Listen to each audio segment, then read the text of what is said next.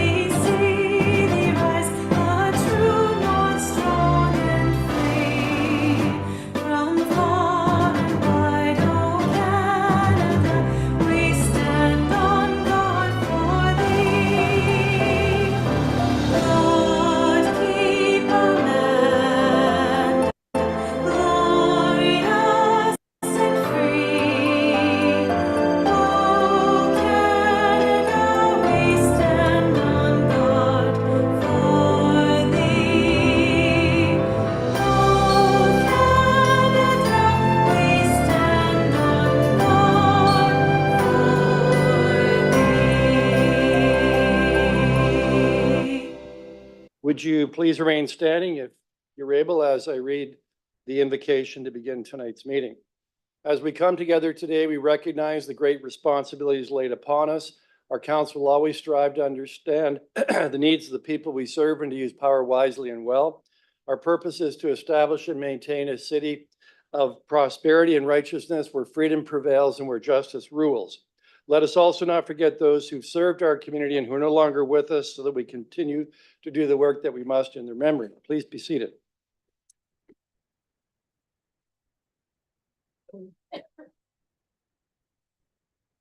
Mr. Clerk, would you please call the roll? Councillor Samwell, Present. Councillor Hunt, Present. Councillor Martin, Here. Councillor Caputo, Present. Councillor Sokoli, Here. Councillor Van Tilborg, Here. Councillor Carpenter, Here. Councillor Sless, Present.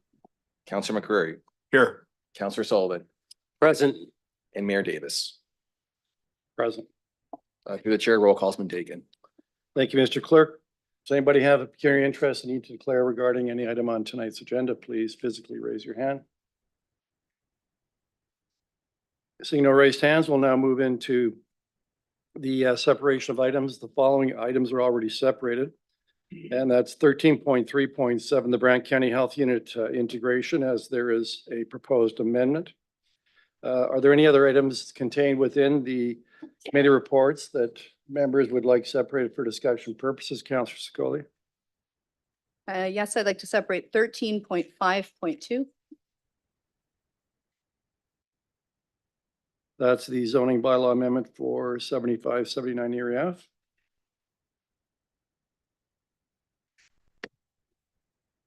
Councillor McCreary. Mayor, 13.3.8. That's the medical clinic resolution.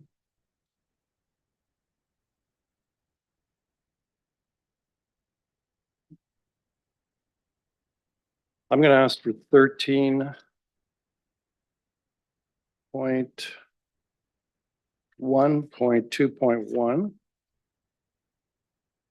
I think that's the right one. No, 13.1.2. Also 13.3.5, that's the Muirhead induction. 13.4.1, departmental review strategy out of the Finance Committee. And 13.5.3, support for use it or lose it.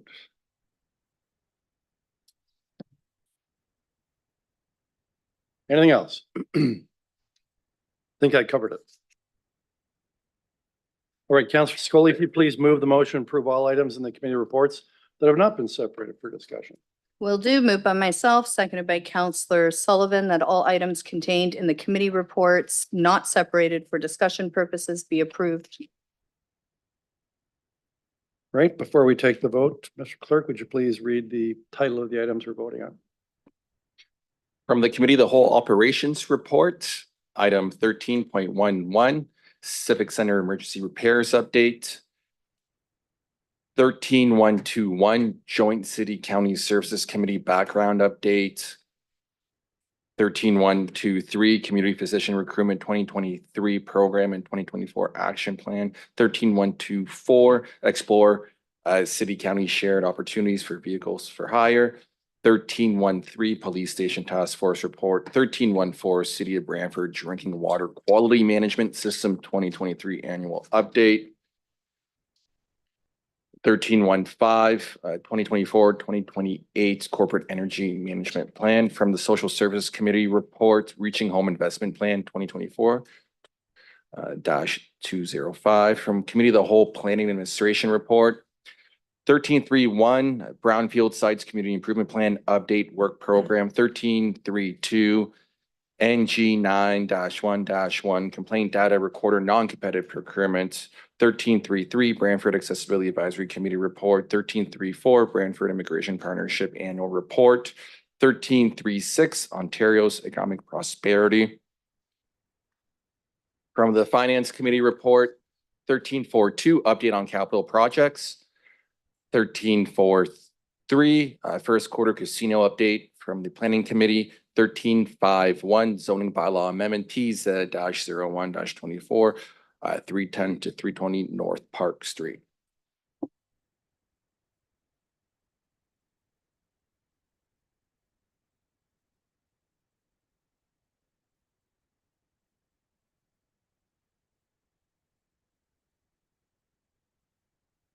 All items not separated for discussion purposes carries unanimously on a recorded vote of 11-0. Members of council voting in favor are as follows. Councillors Sullivan, Celeste, McCreary, Hunt, Van Tilburg, Samuel, Carpenter, Martin, Caputo, Sokoli, and Mayor Davis.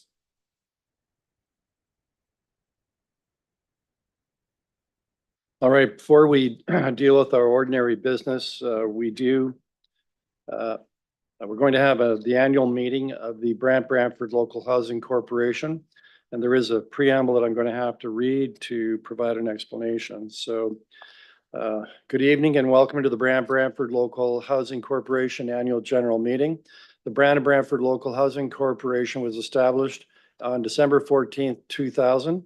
It's governed by the Ontario Business Corporations Act. Prior to 2001, housing in this area was governed by a Crown Corporation.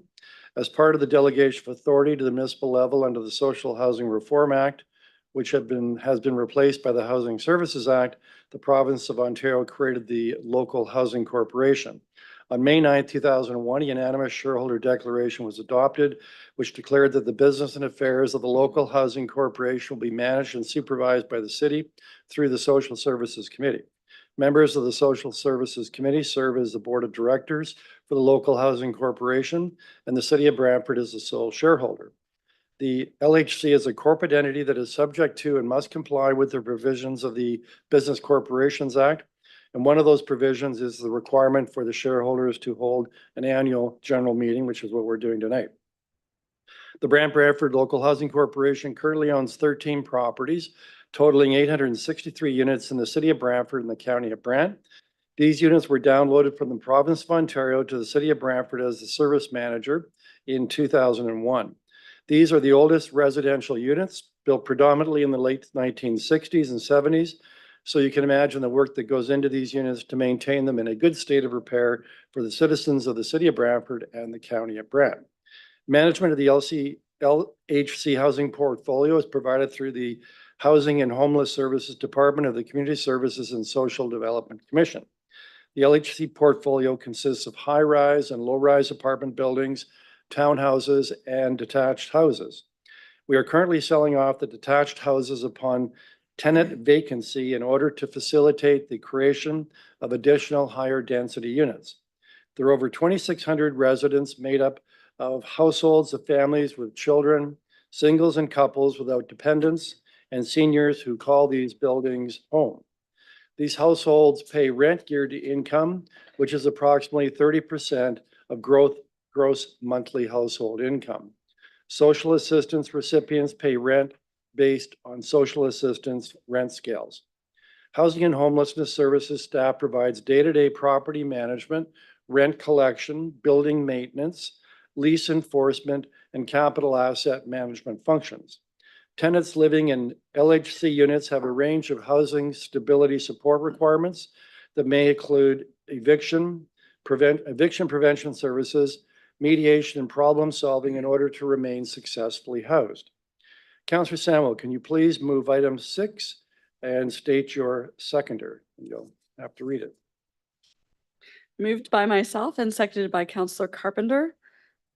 That A, Board Report 2024-305, 2024 Annual General Meeting of the Brant and Brantford Local Housing Corporation be received, and that the unaudited financial statements of Brant and Brantford Local Housing Corporation as of December 31st, 2023 be adopted, that the financial records of the Brant and Brantford Local Housing Corporation LHC continue to form part of the city's overall external audit in lieu of LHC's own external audit, that the corporation of the city of Brantford as a sole shareholder of the Brantford Brant Local Housing Corporation consent to the exemption from the requirement to appoint an auditor for the financial year of the corporation ending in December 31st, 2024 pursuant to section 148, of the Business Corporation Act, Ontario, and that the following persons be appointed to the Brantford Local Housing Corporation Board of Directors for a term to expire at the close of the next annual general meeting. City Mayor Davis, City Councillor Sicoli, City Councillor Sluss, City Councillor Martin, City Councillor Carpenter, City Councillor Samuel, County Mayor Bailey, County Councillor Oakley, County Councillor Bell, County Councillor Miller, County Councillor House, County Councillor Greneau, and that the following incumbents have been appointed as officers of the Brant and Brantford Local Housing Corporation by the directors be ratified in respective positions as listed. President is the City Mayor, Vice President, Chair of Social Services Committee, Chief Executive Officer would be the Chief Administrative Officer or Designate, Treasurer and Banking Signing Officer, City Treasurer, Secretary, City Clerk or Designate, Signing Officers, President and Treasurer, and that the shareholders approve the minutes of 2023 Annual General Meeting held May 23rd, 2023 as recorded, a meeting of the Brantford City Council on May 2023. Any discussion? Seeing none, Mr. Clerk, would you please take the vote?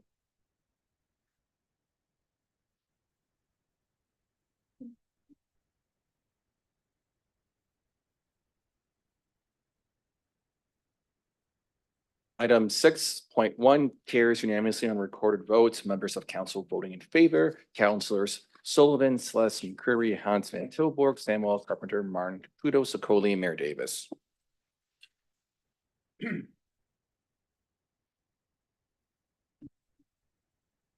All right, so we have no statutory public hearings on the agenda for tonight, and there are no recognitions of achievement for this month, but we do have 7 proclamations on tonight's agenda. Councillor Sluss, if you please move all the proclamations, state your seconder, and then if you would please go on to read proclamation 9.1. Yes, thank you, Mr. Mayor. It's moved by myself, seconded by Councillor Caputo, that the following proclamations be approved. Global ALS Awareness Day, June 21st, 24. Pride Month, June 24. Seniors Month, June 24. National Cancer Survivors Day, June 2nd, 24. National Accessibility Week, May 26th through to and including June 1st, 24, and National Indigenous Peoples Day, June 21st, 2024. And regarding Global ALS Awareness Day, it's moved by myself, or I guess I don't need a mover, Mr. Mayor. Whereas Health Canada has declared June as ALS Awareness Month across the country, and whereas during the month, fundraising awareness initiatives will take place in honor of the ALS community. And whereas amyotrophic lateral sclerosis, ALS, is a rapid always fatal neurodegenerative disease with no known cause or cure, which attacks the nerves of the body and send messages from the brain to the muscles, resulting in weakness and wasting that in time leave the individual with ALS completely immobilized with the inability to swallow or breathe. And whereas approximately 4,000 Canadians currently live with ALS, and each day 2 to 3 people will die of this disease. Now therefore be it resolved that the Council of the Corporation of the City of Brantford hereby proclaims Friday, June 21st, 2024 as Global ALS Awareness Day in the City of Brantford. Thank you, Councillor Sluss. Councillor Samuel, if you would read proclamation 9.2. Certainly. 9.2 Pride Month, June 2024. Whereas June 1st is kickoff day for the month of Brantford Pride 2024, whereas in its 14th year, the Bridge and Brantford Pride Committee invites all attendees or all individuals to join together to make our local community a diverse, safe, and proud city, whereas inclusiveness is embraced by the community to support the physical, mental, spiritual, and social well-being of all of its members, including the two-spirited, lesbian, gay, bisexual, trans, and queer community, and whereas there is a need to recognize that a community is made up of many diverse and unique groups, and that equity means a better life for all. And whereas the two-spirited, lesbian, gay, bisexual, trans, and queer community would like to annually celebrate Brantford Pride Month as they and their allies strive to create a healthy and safe environment now and in the future. Now therefore it be resolved that the Council of the Corporation of the City of Brantford hereby proclaims the month of June as Brantford Pride 2024. Thank you. Councillor Carpenter, if you'd read proclamation 9.3, please, Seniors Month. Thank you, Mr. Mayor. Whereas June is Seniors Month in the province of Ontario, and whereas age-friendly planning was adopted as a fundamental strategic action to ensure a high quality of life for all citizens. Whereas social inclusion, social participation, and civic engagement were identified as priorities in healthy aging, the City of Brantford's age-friendly strategy. And whereas the City of Brantford and community partners celebrate Seniors Month by launching the Healthy Aging Passport, offering free activities aimed at increasing social participation, promoting health and wellness, and highlighting the new and existing programs and activities for older adults within the City of Brantford. And whereas Saturday, June 1st, 2024 is Intergenerational Day, Wednesday, June 15th, 2024 is World Elder Abuse Awareness Day, Prevention Day, and the month of June is Seniors Month in Ontario. And whereas the City of Brantford continues to work collaboratively with a number of community partners, including the Grand River Council on Aging, Canadian Association of Retired Persons, Brant Elder Abuse Awareness Committee, and now therefore be resolved that the Council of the Corporation of the City of Brantford hereby proclaims June as Seniors Month and celebrates strong community partnerships that support the City of Brantford as an age-friendly community. Thank you. Councillor Martin, if you would please read 9.4, National Cancer Survivors Day. Thank you. Whereas National Cancer Survivors Day is a day of celebration for those who have triumphed over cancer, a day of inspiration for those currently fighting, and a day of support for those affected by this disease. And whereas as a community, we recognize the importance of honoring the journey of cancer survivors, acknowledging their resilience, courage, and determination in the face of adversity, and whereas by officially recognizing National Cancer Survivors Day, we affirm our commitment to supporting initiatives aimed at cancer prevention, detection, treatment, and survivorship, and to fostering a community of compassion, understanding, and support for all of those affected by cancer. And whereas the first Sunday of June has been designated as National Cancer Survivors Day, providing an opportunity for communities across the nation to come together to celebrate life and to raise awareness about the challenges faced by cancer survivors. Now therefore be it resolved that the Council of the Corporation of the City of Brantford hereby proclaims June 2nd, 2024 as National Cancer Survivors Day and urges all residents to join in recognizing and honoring the courage, resilience, and strength of cancer survivors and in supporting efforts to improve the lives of those affected by cancer. Thank you. And so we'll move now to Councillor Hunt, if you would read 9.5, National Accessibility Week. Thank you, Mr. Mayor, and I will. Whereas 15.9% of Ontario's population is living with some form of disability, and that number is expected to increase. Whereas disability awareness and education is important to create a culture of better understanding towards persons with disabilities. Whereas the Accessibility for Ontarians with Disabilities Act, AODA, was given royal assent in 2005, mandating that standards regarding accessibility shall be developed, implemented, and be enforced by 2025. Yes, that's next year. Whereas standards in the areas of customer service, information and communication, employment, transportation, and the built environment have been legislated to remove and prevent barriers. Whereas the City of Brantford has adopted the principles of universal design and the Brantford Facility Accessibility Design Standards, PADS, for all future buildings and renovations of city facilities. Whereas the City of Brantford has an active accessibility advisory committee with a mandate to eliminate barriers which prevent persons with disabilities from fully participating in our community. Whereas the City of Brantford has been taking positive steps towards the attainment of a more universally accessible city for all residents and visitors. Now therefore it be resolved that the Council of the Corporation of the City of Brantford hereby proclaims the week of May 26th to June 1st, 2024 as National Accessibility Week in the City of Brantford. Thank you. Councillor Van Tilburg, if you'd read proclamation 9.6, National Indigenous Peoples' Day, please. Thank you, Mayor. National Indigenous Peoples' Day, June 21st, 2024. Whereas June is Natural Indigenous History Month, and whereas in 1996, the then Governor General of Canada, Romeo LeBlanc, proclaimed June 21st of each year to be National Aboriginal Day, now known as National Indigenous Peoples' Day.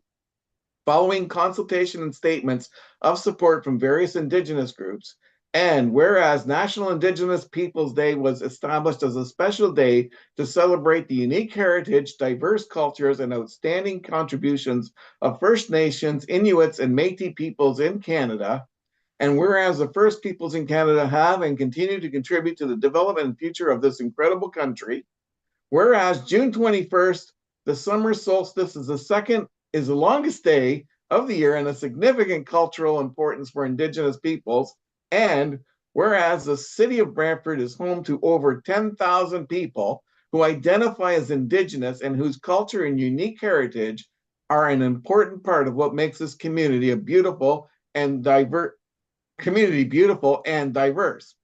And whereas, here we go.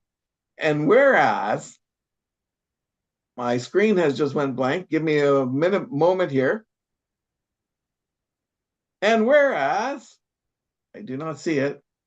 The City of Brantford recognizes and celebrates the distinct friendship this city shares with the Six Nations of the Grand River of the Mississaugas of the Credit First Nations. And now, therefore, be it resolved that the Council of the Corporation of the City of Brantford hereby proclaims June 21st, 2024 to be National Indigenous Peoples' Day, and the City of Brantford encourage people in Brantford to recognize and celebrate the unique heritage, culture, and diversity of First Nations, Inuit, and Métis people, and to especially celebrate the culture and contributions of the Six Nations of the Grand River and the Mississaugas of the Credit First Nations. Thank you. And Councillor Curry, proclamation 9.7, Jewish Heritage Month. Mayor, thank you very much. May is Jewish Heritage Month. Proclamation reads as follows. Whereas Canada has a Jewish population of approximately 400,000 people and more than 1% of the total Canadian population, making us the fourth largest Jewish population in the world. And whereas the City of Brantford is home to several hundred Jewish families, and whereas the Jewish community with a long and proud history in Canada and in Brantford has made significant contributions to our well-being, our growth and prosperity while overcoming tremendous obstacles. And whereas Jewish Canadians excel in the arts, sciences, law, architecture, media, finance, philanthropy, entertainment, and business, significantly contributing to Canadian life.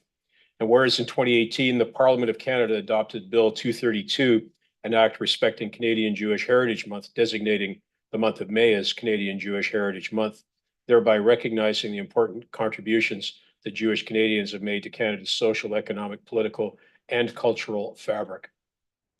And whereas Parliament declared that Canadian Jewish Heritage Month would provide an opportunity to remember, celebrate, and educate future generations about the inspirational role that Jewish Canadians have played and continue to play in the communities across the country. And whereas in this time of unacceptable anti-Semitic activity, violence, and un-Canadian speech and actions directed at Canadian Jews, and whereas B'nai B'rith, a Jewish human rights organization that's been active in Canada since 1875, has invited municipalities to enhance Parliament's declaration by adopting their own motions and promoting the celebration of Jewish Heritage Month within those respective communities every May. Now, therefore, be it resolved that the Council of the Corporation of the City of Brantford, excuse me, hereby proclaims the month of May 2024 to be Jewish Heritage Month in the City of Brantford. Thank you. And Councillor Sluss and Councillor Caputo, I don't think I heard you mention 9.7. Is that included in your motion? Just confirm that. Sorry, I missed that, Mr. Mayor. Yeah, 9.7. I think you read down to 9.6 in your overall resolution. Just confirm it concludes 9.7. Yes, that's correct. Okay.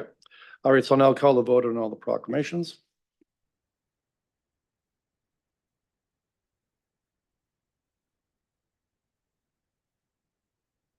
The approval of all proclamations carries on a recorded vote of 11-0. Members of council voting in favor, Councillors Sullivan, Sless, McCreary, Hunt, Van Tilburg, Samuel, Carpenter, Martin, Caputo, Sokoli, Mayor Davis. Right. So no presentations, delegations. Councillor Sullivan, if you please move the motion, receive the clerk's reporting communication for the month of May. Thank you, Mayor. Moved by myself, seconded by Councillor Sokoli, that the clerk's report for communication for the month of May 2024 be received. Any discussion? Seeing none. Mr. Clerk, please take the vote.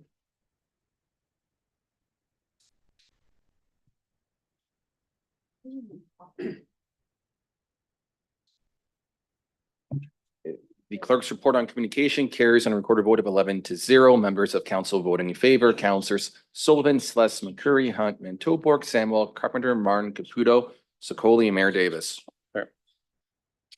Now move on to minutes.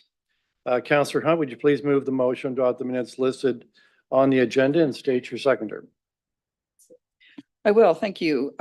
Moved by myself, seconded by Councillor Carpenter, that the following minutes be adopted. 12.1 Special City Council Meeting, April 16th, 2024. 12.2 Special City Council Private and Confidential, April 16th, 2024. 12.3 Special City Council, April 30th, 2024. 12.4 Special City Council Private and Confidential, April 30th, 2024. 12.5 City Council, April 30th, 2024. And 12.6 the John Noble Home Committee of Management, May 8th, 2024.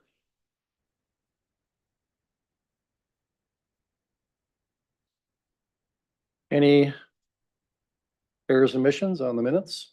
Yes, Mr. Mayor, I neglected to declare a conflict on the John Noble Home minutes as I have a family member employed by the home. All right, we'll take the vote separately on that. So just to confirm that any errors and omissions on the council minutes? On the council minutes only, we'll deal separately with the John Noble Home.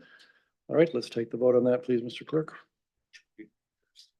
I want to do 12.1 through to 12.5, which are the minutes other than the John Noble Home Committee of Management.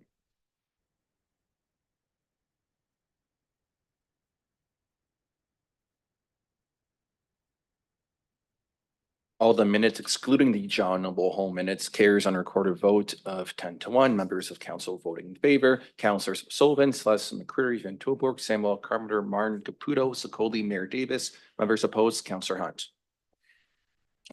All right, we'll move then to 12.6, the John Noble Home Committee of Management minutes for May 8th, 2024.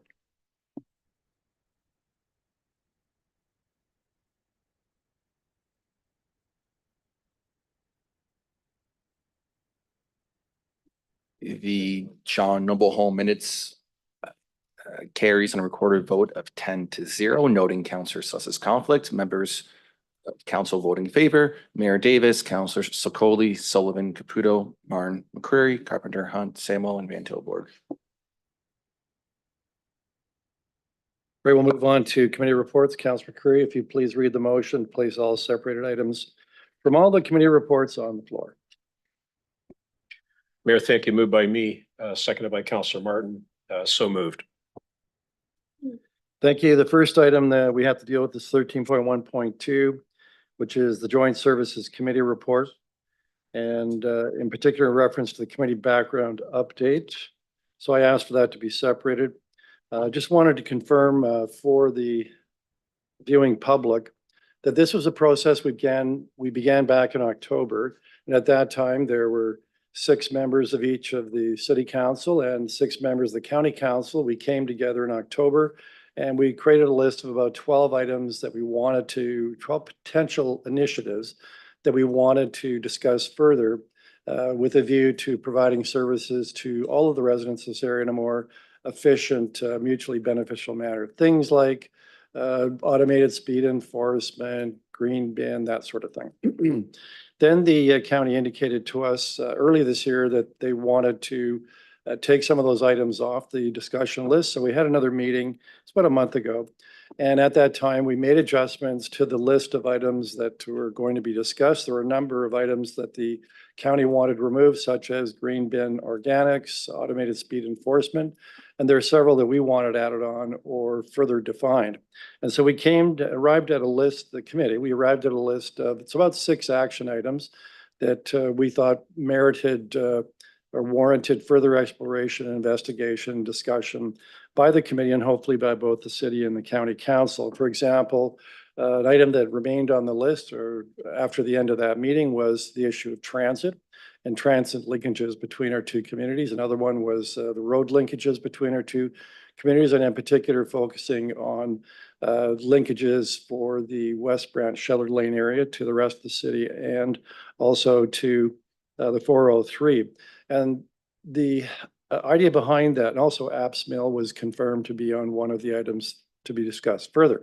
So the intent was to try and find a way to deal with some of the issues that both the city and the county face together. For example, the road system, the county faces some particularly difficult issues in the town of Paris, and we could easily work together. And if we do work together, I'm sure we could attract provincial funding for various road linkages that could connect right through to north of Paris, right through and into West Branch. So we ended that meeting being very optimistic that we'd be able to move forward to discuss at least 4 or 5 very serious, important issues for our area. And tonight, what we're doing is at City Council, we're confirming that we at City Council accept the input we've got from this joint committee. Hopefully tonight the vote will go that way, and that we're very optimistic and we're positive and hope that the committee can go on to accomplish some real progress in addressing these issues, which are best addressed together with the city and the county working together. We can't be certain what the county will do. They'll have to deal with it through their own internal processes, and hopefully we'll hear from them that they also agree that we should move forward and address the issues that the committee endorsed at its meeting a month ago. So we're waiting to hear, but I'm hoping tonight our council will vote unanimously in support of the initiatives and projects that we'd like to move forward to discuss and negotiate further with the county through the Joint City County Services Committee. That's the only comment I wanted to make. Not any other discussion. Councillor Sikoli, the chair of the committee. Vice Chair, thanks. Vice Chair. Yeah, this committee meeting was an interesting one, and it became apparent to this committee that it was time to get really specific and really define what it is that we're hoping to work towards with the county. So at this committee, there were some really clearly defined asks specifically with transportation that we put forward. You know, we really want to know, does the county want to work with us to extend Shellard Lane right out to Rest Acres? And does the county want to work with us to create a ring road on County Road 18? Will they work with us to find alternative routes for the Oak Park Road extension? So there were some really clearly defined asks. We did get get majority support. So I'm really looking forward to seeing what the county council has to say, and I'm cautiously optimistic that we can move forward. Thank you. Councilor Carpenter. Yes, some good initiatives here. I'm really happy to see the County Road 18. I've been lauding that for a dozen years or so. Finding, it's a ring road that's already there. Just needs to be 4 lane and some turning circles, and we can move people around the city. But this requires that we certainly, we should be sending this list to our MPPs, all our MPPs in the county. And let them know and ask the province for some funding, because this is a joint initiative between the city and the county. And County Road 18 will also provide easier access, better access to 6 stations. So we have 3 communities that will be benefiting from some of these items. And the province and the Fed should be involved as funding partners to get these things done. Thank you. All right, we'll call the vote on that item.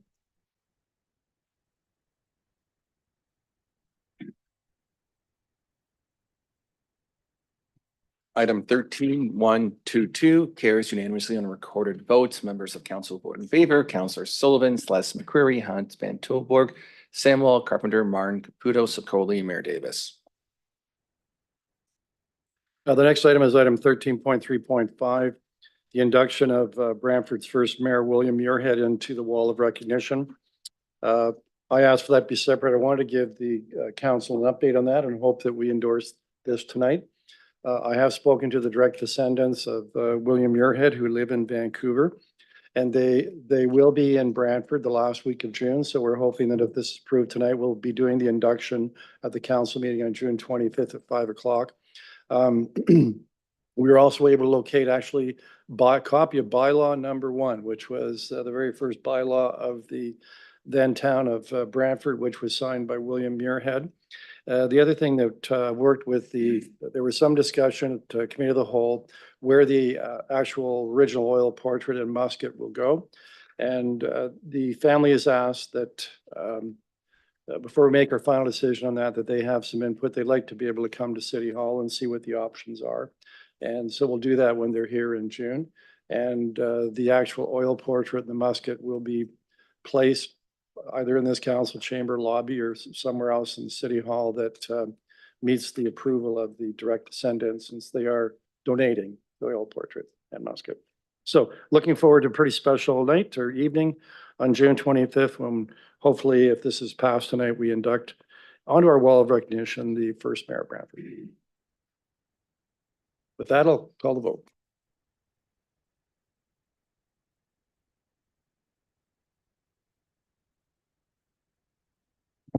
Item 13.3.5 carries unanimously on a recorded vote of 11-0. Members of council vote in favor. Councillors Sullivan, Celeste McCreary, Hunt, Van Tilburg, Samuel, Carpenter, Martin, Caputo, Sokoli, and Mayor Davis.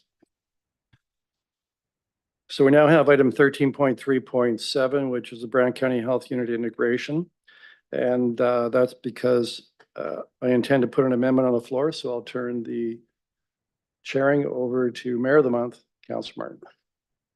Thank you, Mr. Mayor. Go ahead with your amendment. Yeah, the clerk could. Not yet.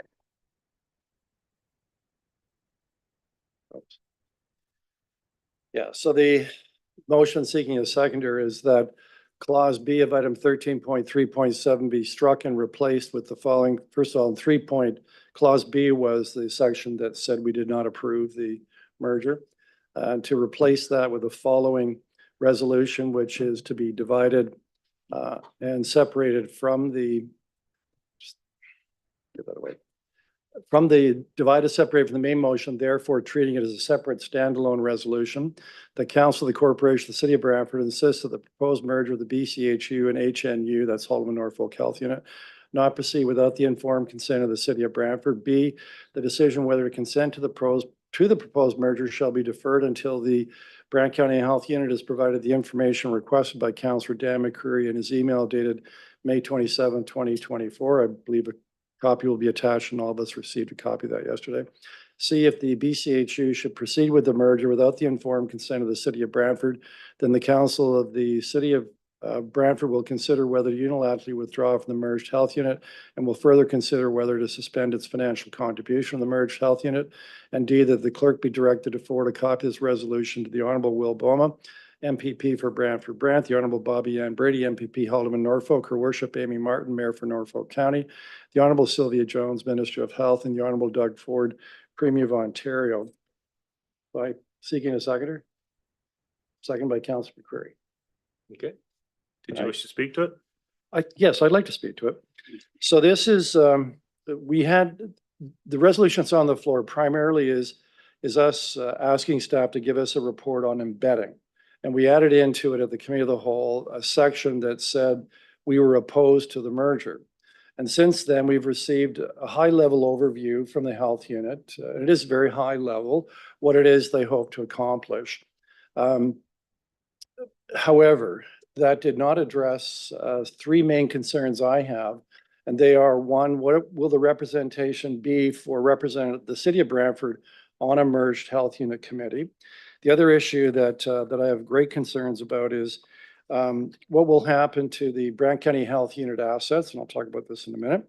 And also, what about projected budgets, and what is this going to cost the city in the future? So there's a lot of information, which were questions raised by Councillor McCreary in his email, that I think we really need answered before we advise whether we support and accept the proposed merger or whether we're opposed to it.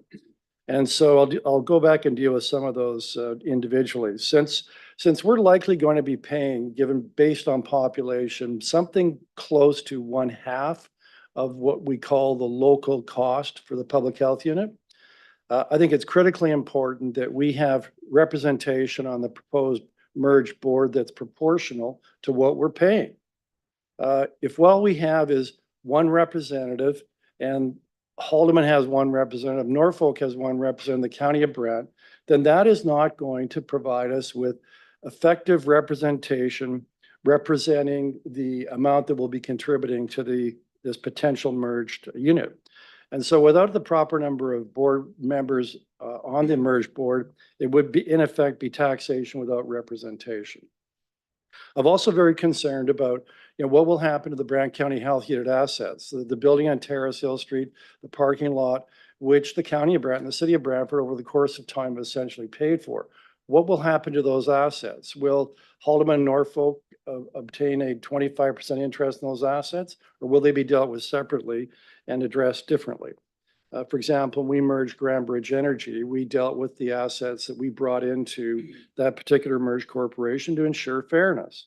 And then also my main concern is the projected budget. The health unit area for Haldeman Norfolk is much larger than ours, with a population that's spread out, is more difficult to serve, and almost certainly more expensive. So what are the projected budgets for this organization? My concern is that it will likely lead to an increased bureaucracy. It'll likely lead to a service that's more expensive in a larger area. And so thus, there is a risk that we'll be paying much more for a service that's less focused on Brantford and more focused on areas outside of Brantford. We just don't have that answer. And until we have that answer, I don't think it's appropriate that we either not support or support the merger. We just simply need more information before we can indicate whether we support the merger. And that is the intent of the amendment I'm putting forward, that we make it clear that we're not deciding at this stage whether we're opposed or not opposed. We just want more information, and we want some indication that as an important stakeholder partner that pays 20 to 25% of the bills there, that our consent will be sought and obtained before the merger is completed and finished. I think that's appropriate. That's us exercising due diligence on behalf of the taxpayer and the residents of the city of Brantford. Thank you. Councillor McCreary. Chair Martin, thank you very much. And let me say right off that as the mover of the separated items, I consider this friendly. And if Councillor Martin considers it friendly, then it becomes part of the motion, I believe. Thank you. So So accept that as friendly. Do you wish to speak to it? yes, I do. Thank you. So the mayor referenced some questions that I had posed, and I want to be very careful here. Firstly, I should say that at the meeting last week, I did publicly invite the chair and vice chair to come here tonight and make a presentation to us or be available to answer questions. And I don't see them yet. Perhaps they'll turn up before we conclude debate on this item. And I want to be very careful because I know the answers to all the questions. They were deemed in camera since the start of this process by the health unit, some of which will probably be the subject of a closed meeting investigation at a later date. But I want to give, committee of course knows, but I would like to give a bit of a flavor with respect to the information that we've not been told. First of all, we don't know what it's going to cost. We know that there are mergers that have happened elsewhere in the province, which are still ongoing even after 5 years of effort to blend health units together. We have no guarantee that frontline staff here in Brantford will remain the same number of full-time equivalents. The response to my question was this information is unknown at this time. Will wage harmonization with HN result in much bigger payroll? No productive answer to that one. Will the number of management staff in the blended organization increase? No responsive answer to that one. Will Norfolk County employees lose their jobs as a result? No responsive answer to that one. Representation. Will the blended board be based on population, as the mayor mentioned? And no response to that one. Will there be an equal number of board seats for each municipality? No response to that one. If equal representation is going to be a fact of life, will funding also be equally spread out among the 4 communities? No answer to that one. Will the blended health unit continue to operate from the current location on Terrace Hill Street? No responsive answer. If not, will city and county be able to use that asset to be able to offset our contribution to Brantford General Hospital, which is right next door? Or could we use it for affordable housing? No answer to that. What is the current value of that property? That was in camera. Is there a plan to operate satellite offices in places like St. George, Paris, Burford, Oakland, Scotland, Simcoe, Port Dover, Delhi, Waterford, Caledonia, Cayuga, Dunnville, and Hagersville? And no responsive answer. And if we are going to have satellite offices, will the city of Brantford be responsible for paying their share for new locations in other communities? And again, no responsive answer. So these were some of the things that I find troubling, and I hope the rest of you here tonight find some of these troubling as well. We did receive the information from the health unit, and I will use the mayor's phrase rather than my phrase, that it was a high-level view of the proposed merger. I think that this is troublesome. I think more troublesome than anything else is the veil of secrecy that surrounds this entire episode. You've heard the questions that I posed, and some of them, the answers, some of them are readily available, but that's not being disclosed by the chair, vice chair, and CEO of Health Unit. So I would urge everybody to support this today, and there's a solution to this. It lies at Queen's Park, and if we support this today, we can get started on making this right for the citizens of the city of Brantford. Any other questions, comments? Seeing none, clerk would call the question. Yep, through the chair. So since these are 2 separate resolutions, now we'll vote on the integration of the Brant County Health Unit into the city of Brantford first.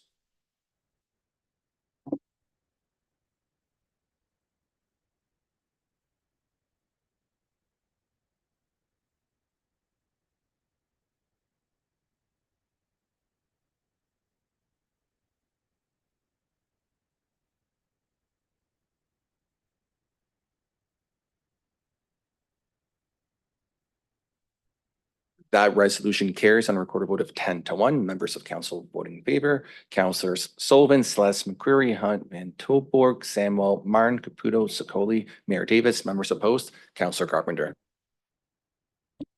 I'll now populate the vote, which is the new resolution, which is the proposed merger opposition resolution.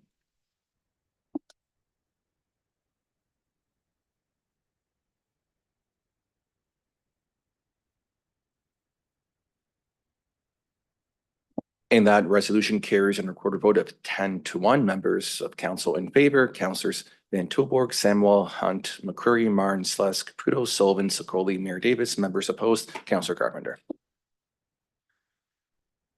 Thank you, With Mr. that, I'll return the chair to Mayor Davis. Thank you very much, Mayor of the Month, Councillor Martin.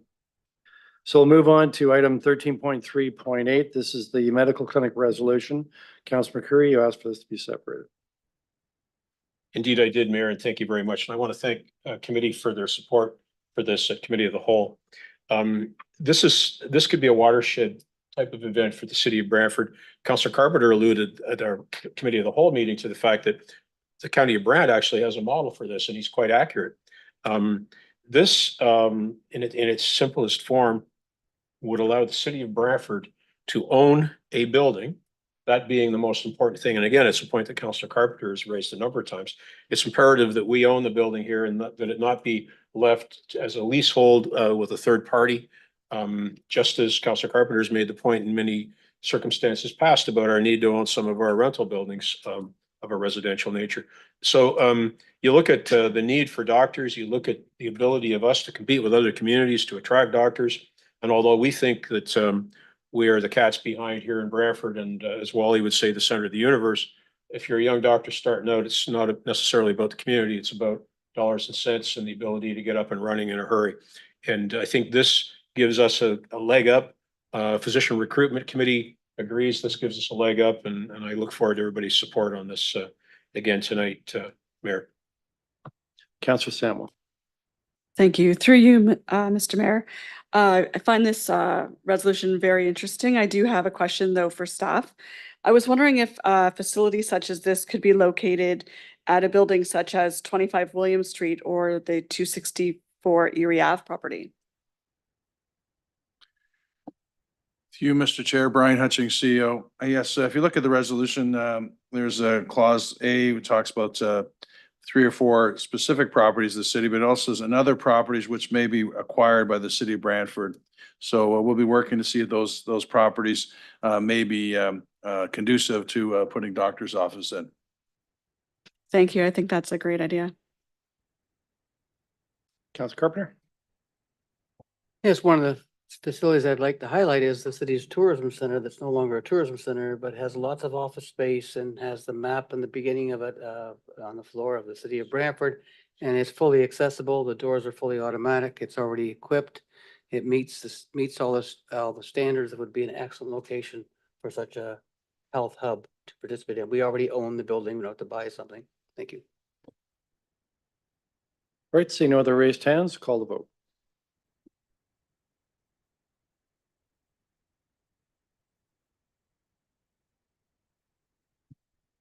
Item 13.3.8 carries unanimously on a recorded vote. Members of council voting in favor, Councillors Sullivan, Sluss, McCreary, Hunt, Van Tilburg, Samuel, Carpenter, Martin, Caputo, Sokoli, and Mayor Davis.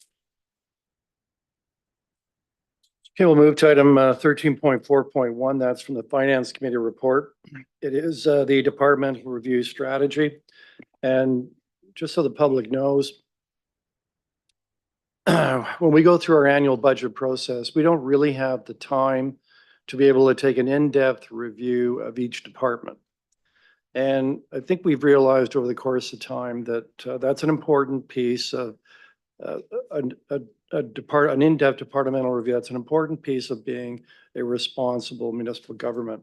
And so what we've done as part of the multi-year budgeting, which is doing a budget over the next 3 to 4 years, we also included a provision that we would, through the course of the year, select specific municipal departments and then do an in-depth review of those departments with a view to ensuring that services were being delivered efficiently in a cost-effective manner. And so I'm going to ask staff, in particular Joelle, can you just give us a quick overview of what we're going to accomplish through this departmental review strategy and what it will entail? Certainly to you, Mayor Davis.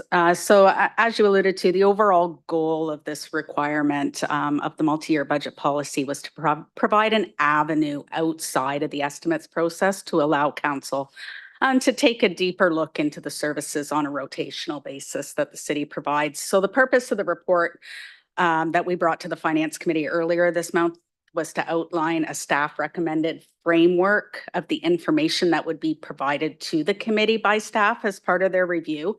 And after some additions by the Finance Committee, each submission to the committee will provide items including an overview of the services that are provided, some detail about the org structure of the department, any priorities, achievements, and efficiencies that the department has achieved, an analysis of any alternate or shared service opportunities or any private sector competition, a look at any key performance indicators that are currently being tracked, any opportunities for enhanced revenues, service improvements, or any potential possible reductions, as well as a full financial information, including operating and capital budgets, dedicated reserves, and user fee schedules. So it's really an opportunity for the committee to be able to take a deeper look into some of the core services that the city provides that there just isn't time for during the estimates process. Thank you very much. Well, very much appreciate that. So, Mr. Clerk, please take the vote. Oh, no, Councillor Sless. Go ahead. Yes, thank you, Mr. Mayor. This mirrors a process that we used a number of years ago. We had a budget item that employed, I believe it was Millard Rouse, and they would come in and focus in on a given area of the city and make recommendations on how things could be done more efficiently and streamlined. And it worked very well, and unfortunately became a casualty of budget cuts, the funding to hire Millard, but it gave us a good set of outside eyes on the work that we're doing, and there were a number of good initiatives that came out of that. So I'm sure during this process, we'll probably be able to mirror what happened there and come up with some good ideas on how to do things better and more efficiently. So I'm very supportive of this, Mr. Mayor. Great. Mr. Clerk, please take the vote on it.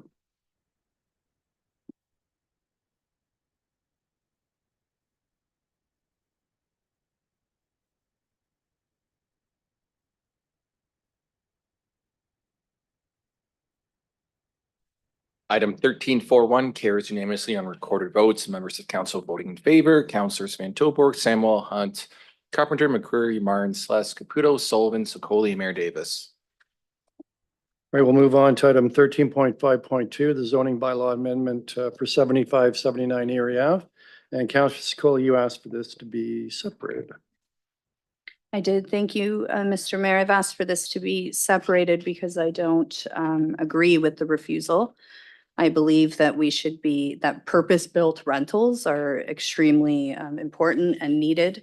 I believe that this was entirely appropriate for the neighborhood as it was proposed to be built. I believe in supporting and engaging the private sector to build purpose-built rentals in the middle of this housing crisis. I believe that this builder has been building for quite some time and they're working on another purpose-built development here in town. I think we should be supporting that. I do have an amendment I would like to try. But before I get into that, I just want, because I know that not everyone sits on planning here. So this development is located at the creamery, as we would know it. It will maintain the commercial aspect at the bottom and it will be 6 stories high, 20 rental units on this site. There was some, they were working with the city to provide some additional parking spots on the road to make sure that they had appropriate number of parking on site. We've done this before. We've done it in the past with another conversion building downtown that didn't have enough parking spots on site. So we worked with providing additional parking spots on city property so that that development could move forward. So nothing we're doing here is unique. I do support all purpose-built rentals. I think it's very important. It's needed. We're in the middle of a housing crisis. So the amendment that I'm bringing forward is essentially to strike out what's before us tonight and to replace it with the staff recommended resolution that was brought forward to planning. And that is that we approve the 20 dwelling units on site at 75 to 79 Erie Ave. Looking for a seconder. And I have a seconder. I think I've said everything I need to say. Yep, Thank Councillor you. Martin is seconding it. So let's, I believe Councillor Samuel, you were raising your hand. You want to speak to it? Yeah, I just wanted to speak to the amendment. So at this point, I will not be supporting this amendment. I think that at the planning committee, they made a lot of the right comments and decisions. And it really is gonna overburden the neighborhood that's already strained for parking because it's not meeting the parking requirements. And the community is not in support of this development as well. Thank you. I'd like to raise a point of order, Mayor. Go ahead. I do believe that an amendment to strike and replace in this circumstance is contrary to what's before us. And I believe the proper course of action would be to defeat the resolution before us and put it back on the floor in its original format. I believe that's the proper course of action. I believe we have precedence for doing it this way. Councillor Secoli, there's no back and forth on a point of order. I'm required to rule on it once the council member has stated it and Councillor McCurry has. And I can tell you this, I actually reviewed this with the clerk before the meeting, expecting there would be such an amendment.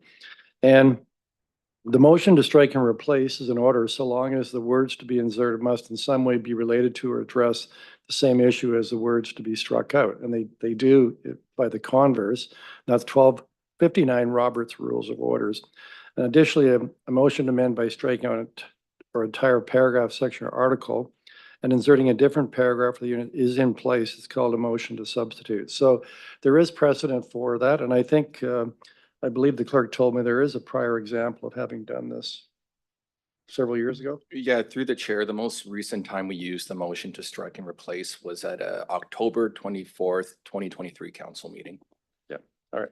So I do not accept your point of order and I reject it. Mayor, let me appeal, if I may. In your recitation, you said a portion could be struck and replaced. This strikes and replaces the entire resolution. So what it does is it denies this committee the opportunity to deal with something that the planning committee put forward to us. So I think, Mayor, with all due respect, I think my point of order is sound in that it denies us the opportunity to deal with something before us. All right, I'll put it to a vote. So those that are voting in favor, you're voting in favor of my upholding the motion to amend and not holding. Mayor, another point of order. I don't think you can challenge your ruling. I'm not challenging my ruling. I'm simply explaining how people are voting. If you're voting yes, then you're voting in favor of my ruling. Okay? If you're voting no, you're voting in favor of your position. Yeah, and do you have a seconder for your, all right, second by Councillor Sullivan? All right. Mayor, sorry, No, that's it. There's no further argument. I did That's not- based on the rules. We're gonna call the vote I right did now, not move anything, Mayor. I simply raised a point of order, which which requires a seconder. You've got a seconder. It's on the floor. It's been debated. We're calling the vote.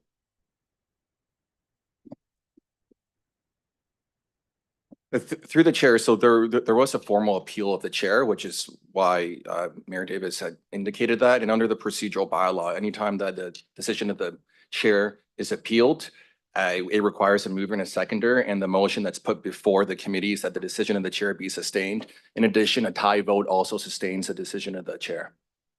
So I'll put the vote up now.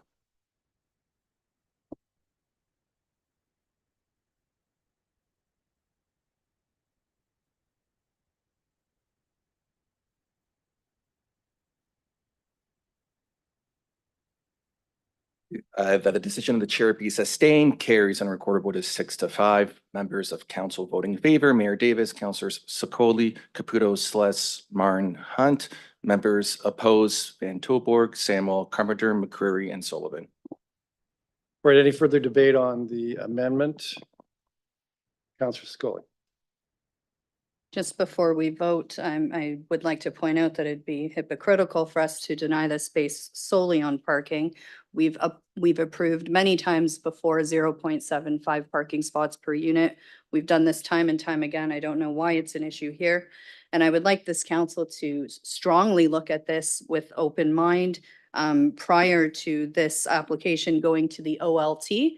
And then you have no idea what you're going to get in that location. So if you're concerned about overburdening that neighborhood, I would strongly consider approving what's before us, which is a completely reasonable development for the area and providing much needed rental housing for the community.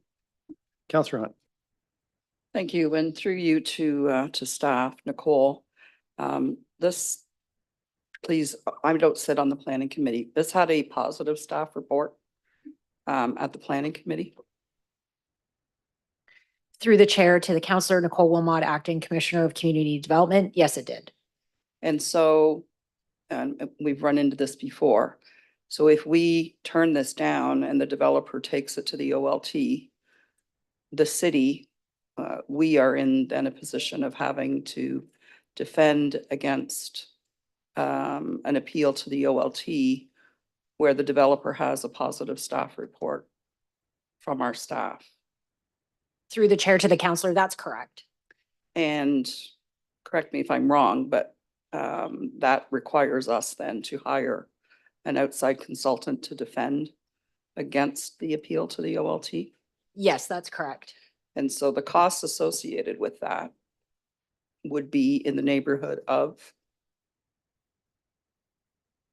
Through the chair to the councillor, I am not involved in retaining those services, so I would have to defer that likely to our legal department who's involved in that, but it would be considerable. yeah, so considerable.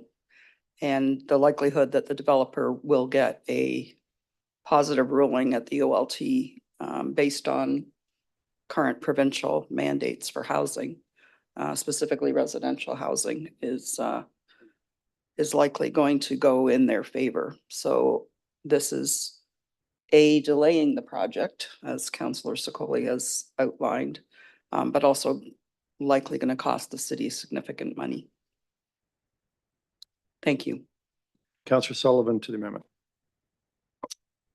Thank you, Mayor Davis. I just wanted to remind everybody, I've been on the other end when, been on the losing end of not going with what the ward councilors know that the neighborhood wants.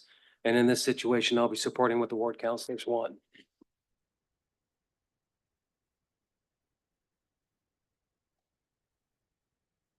Councillor McCurry. Mayor, thank you.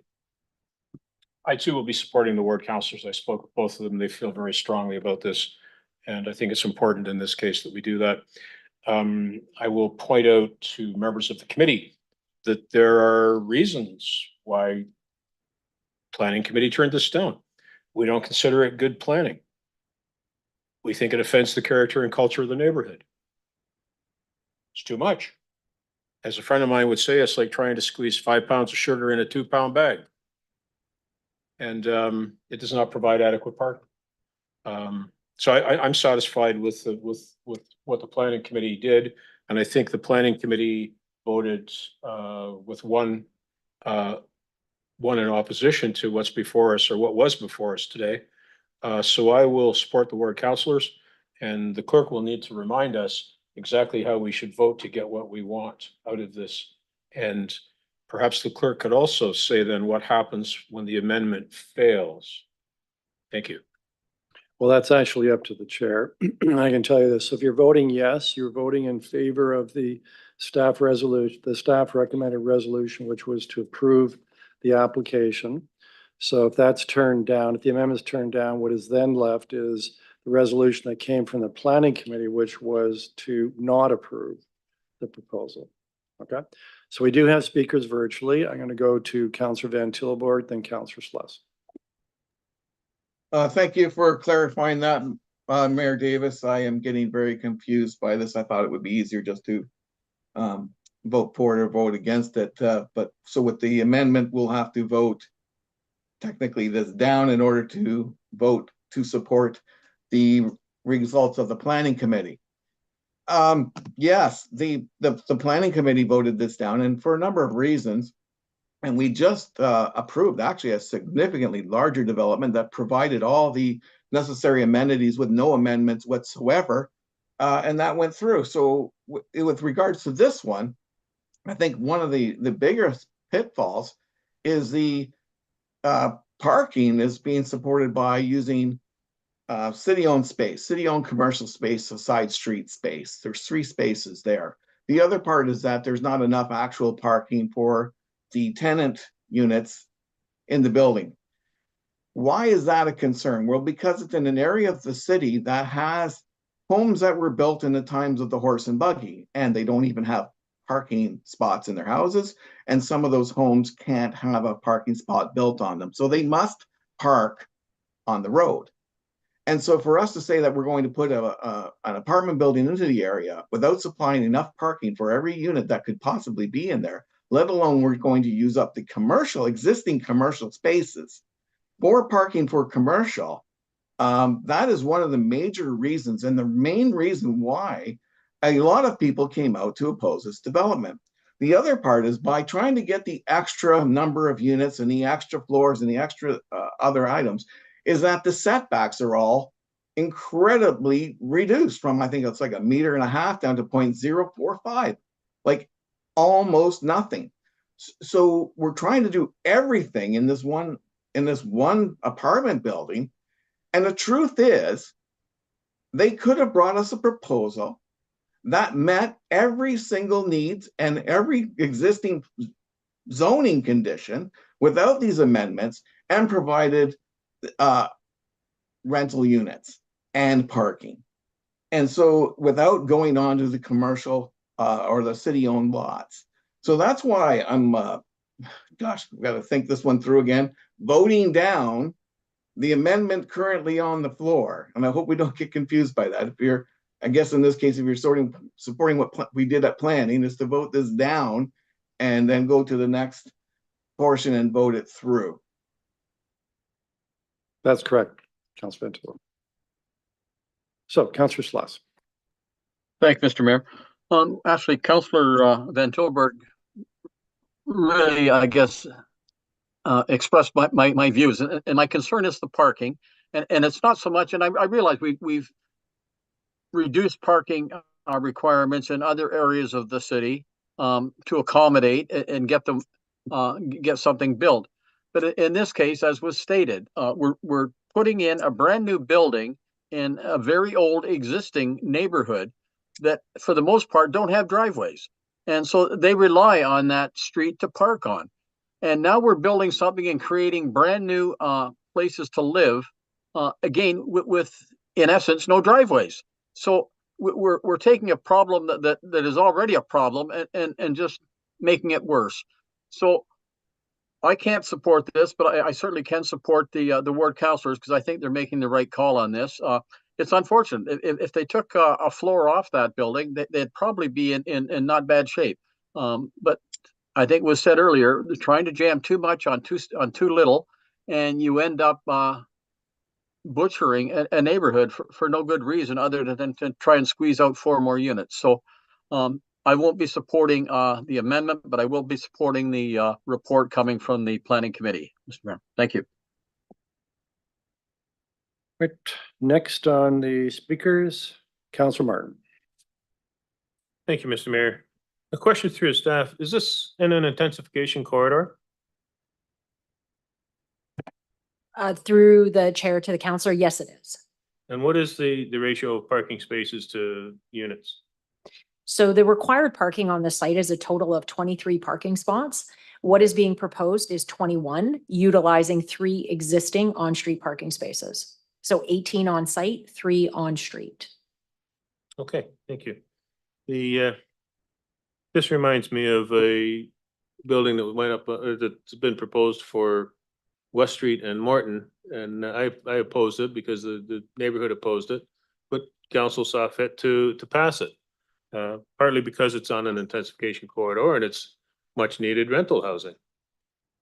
The issue of the parking, if this was going to be a condo, I would say the parking would be an issue. Because it's a rental, I don't think the parking will be. There'll be more parking spots on site than there will be cars for the units. So I don't see parking as being an issue as long as it stays as a rental. It has a positive staff recommendation. It's going to cost us to hire an outside consultant to fight this if it goes to the land tribunal. This is pretty much a no-brainer. It's something that we should be approving. I'm surprised that it was turned down at the planning committee. I can understand the ward councillors voting against it, but the rest should be voting for it. This is something that is needed in our community. And I think it'll be an asset to our community. Being close to the downtown, it's close to all the services. So that the tenants that don't have cars can get everything they need by walking. And that's why I think that the parking is probably going to be more than they need. So I have no problem voting in favor of what's on the floor. Thank you. Councilor Caputo. Thank you, Mr. Chair. This is a difficult one, but I do have to side with the ward councillors and the actual residents here. But I do have a question. Councillor, at the planning committee, it was just recently mentioned by Councilor Van Tilburg that residents had come out. Was there a strong number of individuals that came out? Like, would I be able to get a count of what it is? Because I know we did a recent proposal in Ward 2, and we had a huge community turnout. So I'm just curious to see what the actual turnout was that had an impact on this decision. Staff, you can answer. I think there was, the report said 35 to the public meeting, but actually at the planning committee, I don't think there was any member of the public that attended. That's correct. I don't have the number in front of me for who came out to the neighborhood meeting, but I would agree that it was likely in that range, but nobody came to the statutory hearing. Thank you. Councilor Carpenter. Point of order. Sorry. Councilor Carpenter? I heard a point of order.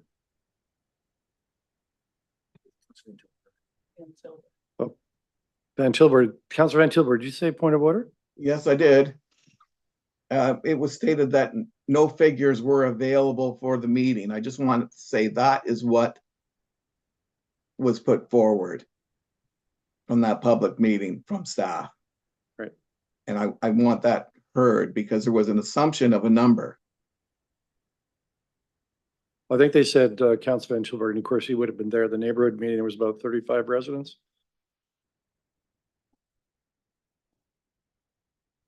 Yeah. We're just looking for confirmation. I assume you were there, right? Okay, so Councilor Carpenter. Okay, not a point of order. Thank you. You know, everyone's assuming that the owner of the property is going to go to LPAT and then we're going to hire a lawyer and they're going to spend thousands of dollars and we're going to spend thousands of dollars. No, they have another option. That's to resubmit the proposal by taking a story, one floor off that 6 stories. That's too much in the site. They could come through with 5 stories. They're not just short 3 parking spaces. They're short much more than that. They're counting the 3 on the street as part of their parking spaces that they're short of still, even counting the ones on the street. So there is another option. But let's take the argument that if planning staffs recommend it, we should do it. Because if we don't do it, they'll go to LPAT and we'll spend money. If that's the case, we don't need to, we could just say yes to everything that is recommended. Why do we even debate it? We debate it because that's the right to protect the neighborhood and speak against what the councilors know in the ward and what us council members are elected to do, to speak on behalf of the constituents, what we think is best for them. Planning makes decisions based strictly on planning, and that's a good thing. So to suggest that we should not go against a recommendation of planning, I disagree with that completely. Of course, it's certainly within our purview to do so. So there is another option, and that's for the developer, instead of trying to put much more. I get it. Put more units on the site, make more money. I don't begrudge anybody making money, but the neighborhood begrudges everybody what the impact and negative impact it will have on their neighborhood. And that's what we have to think about. How do the people live there? Developers come and go. We are left with a development and we're left with the community. So our choice is, how do we make a community good for the neighborhood? And that's what we should be making our decisions on, not whether the developer makes good profit or not, or whether we get more units per site. It's got to be able to fit and not destroy the neighborhood. We know intensification is going to have impacts on neighborhoods. We already know that, but we can mitigate some of that impact by our decisions here. Thank you.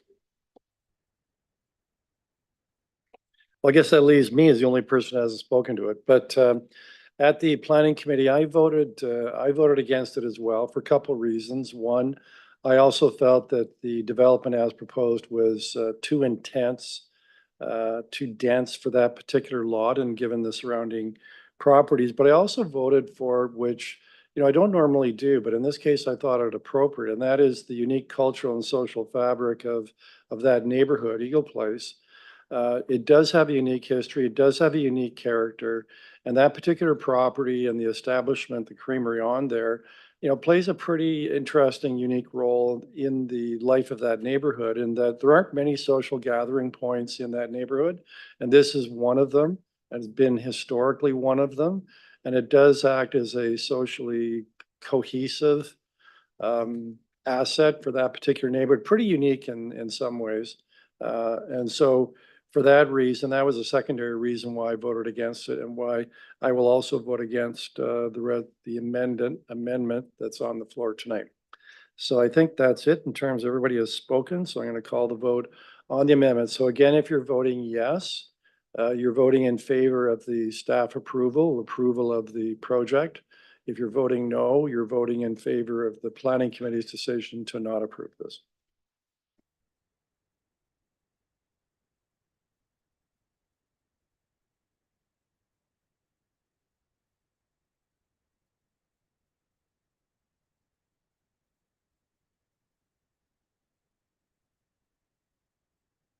The amendment to item 1352 is lost on a recorded vote of 2-9. Members of council voting in favor, Councilors Sokoli and Martin. Members opposed, Sullivan, Celeste, McCurry, Hunt, Mantoulbourg, Samuel, Carpenter, Caputo, and Mayor Davis. Okay, so the resolution as it came to us from the planning committee is now on the floor. It's not amended. And so we can continue to debate it one more time, or we can just go to a vote. So this time around, if you're voting yes, you're voting in favor of the planning committee proposal, which was to turn down the application.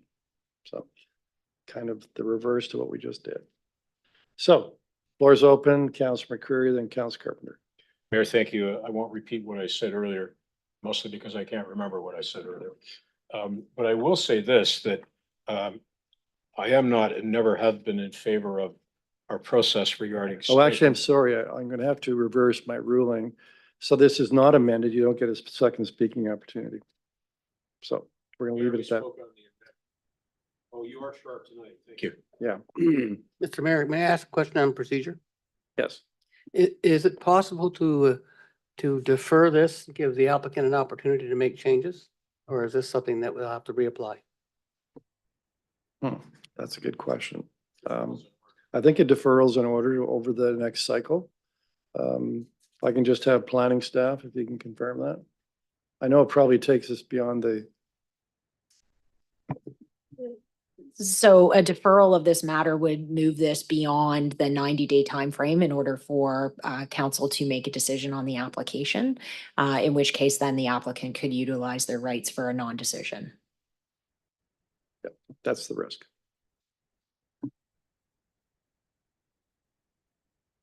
Well, I'm going to call the vote unless someone wants to move a motion to defer. So a motion defers in order, but you need to realize that by doing that, you're giving the developer grounds to go direct to the OLT.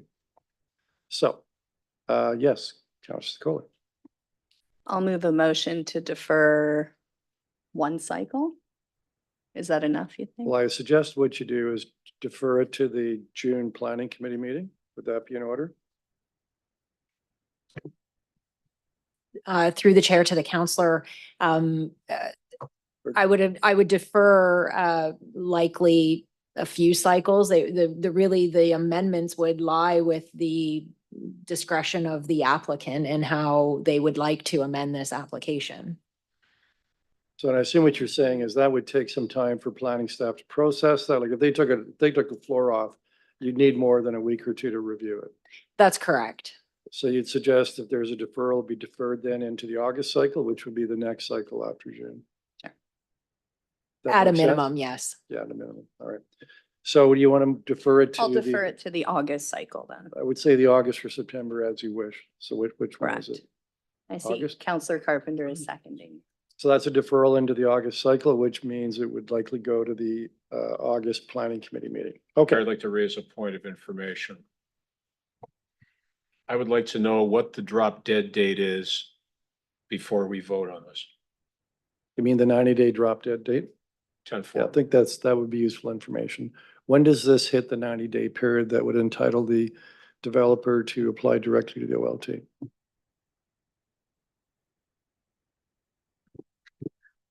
I don't have that information in front of me, the drop dead date. I would have to provide that in a follow-up. I need to look at the day that the application was deemed complete for the exact date, but it would push it beyond this cycle.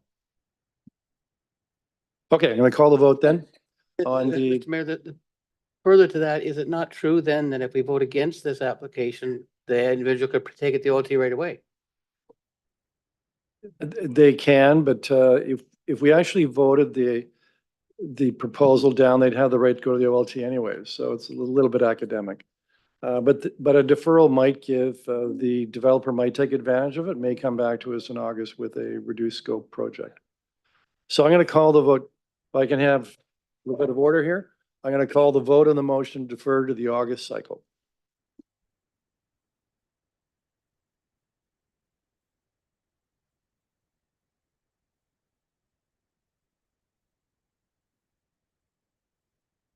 The deferral to the August cycle carries on a recorded vote of 6-5. Members of council voting in favor, Councilors Sless, Hunt, Carpenter, Martin, Caputo, Sokoli. Members opposed, Mayor Davis, Councilors Sullivan, McCreary, Van Tilburg, and Samwell.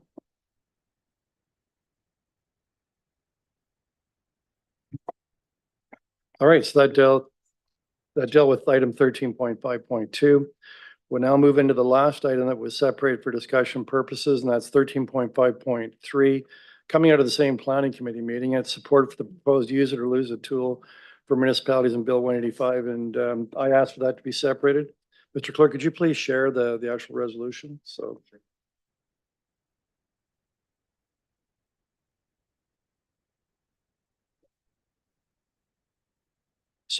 members that weren't at the planning committee, use it or lose it refers to if someone applies, if a builder developer applies for rezoning and they get their property rezoned, upzoned, and then if they don't do anything with it, this proposal that the provincial government's moving forward with through Bill 185 would have them losing their planning designation. So that's the reason behind use it.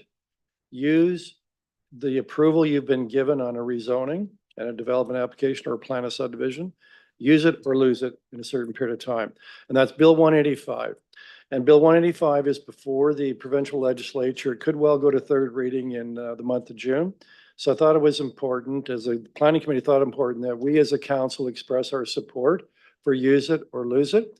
And that in fact, they expand it to include use it or lose it on just zoning approvals. The legislation talks about use it or lose it only applying to plans of subdivision or site plan control. And the reason I think the reason why the committee supported this is how many times have we seen someone come to us, they apply for rezoning, maybe it's a 6, 7, 8, 9-story apartment building on Market Street. Staff spend all kinds of time dealing with the application, processing it. We then debate it here at the planning committee and city council, and then it just sits and nothing happens. And it's created expectations because it's a public planning process and members of the community expect something will be built and then nothing gets built, oftentimes because it's a builder that's applying for rezoning to increase the value of their property so they can resell it or use it as part of a mortgage refinancing to develop elsewhere.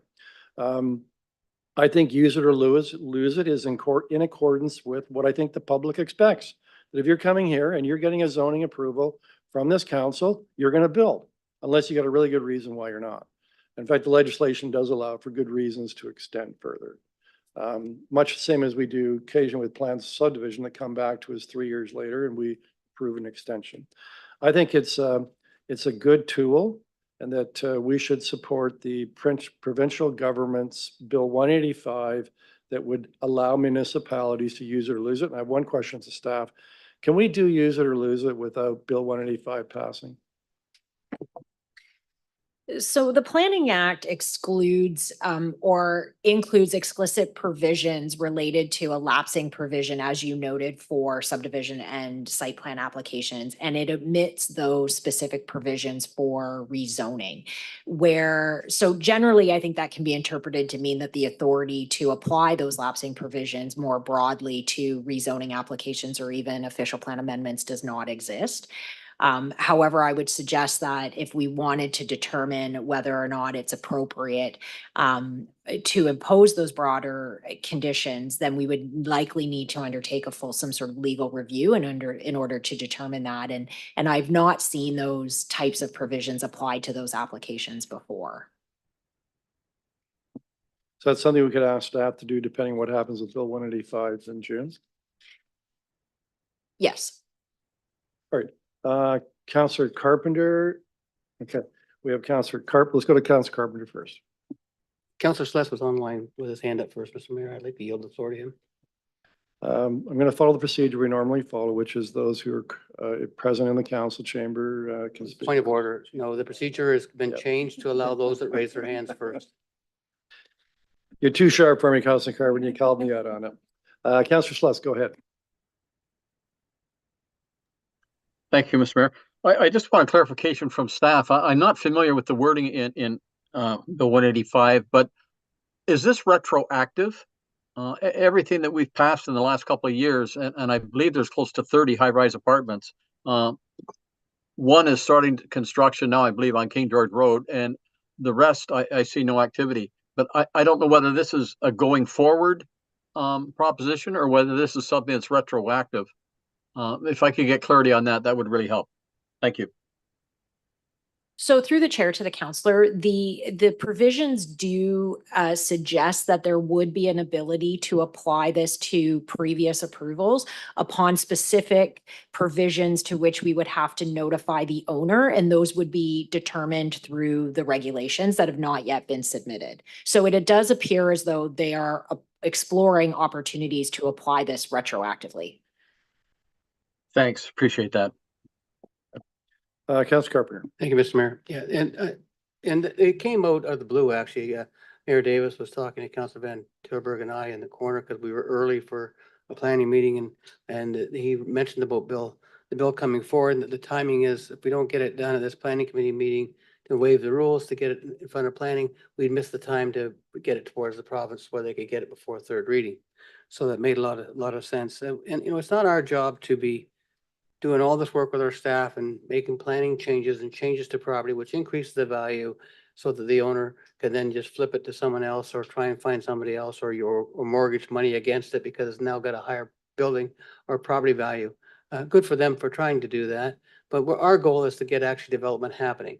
And the benefit to us for approving development is the houses that we need, apartments that we need, and tax revenue in intensification corridors. We've designed intensification corridors and we've provided grants. We've got grants for a lot of the brownfield sites, grayfield sites. We've got community improvement areas for the same reasons. And that's so that we actually have change happening, not so someone could use it to flip the property and make some personal money. But I don't blame people for trying to do that, but that's not what our job is. Our job is to build a community. So I think this is a good one to get forward and say, look, if you want to work in Brantford, we're happy. We got a tremendous planning department. We're very efficient getting things done. And we'll work with you as much as we can, but you need to be serious about it. And you need to get on with doing the job. Thank you. Councillor Martin. Thank you, Mr. Mayor. I support this wholeheartedly, and I hope that we can do this without the Bill 85 passing. There's one project that's under construction now, and I remember the approval for it was when Councillor Chesky Smith was still on council. So that's going back a ways, and that's a situation where, the construction could have happened and the building could be completed years ago, and it's just under construction now. So I think this gives incentives for people to come forward for their approvals when they're actually ready to progress with it.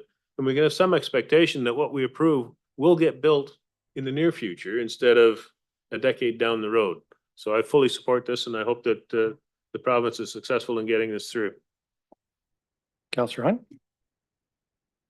Yes, I too support it, and I'm through you to staff. We have, Nicole, 90 days to make a decision once an application is deemed complete, but then there's no deadline on the developer to actually build what we've approved. And so we end up with, we have neighborhood meetings, we have people weighing in, staff have invested significant amount of time. Planning committee goes and approves something, everything gets approved, and then we sit and wait.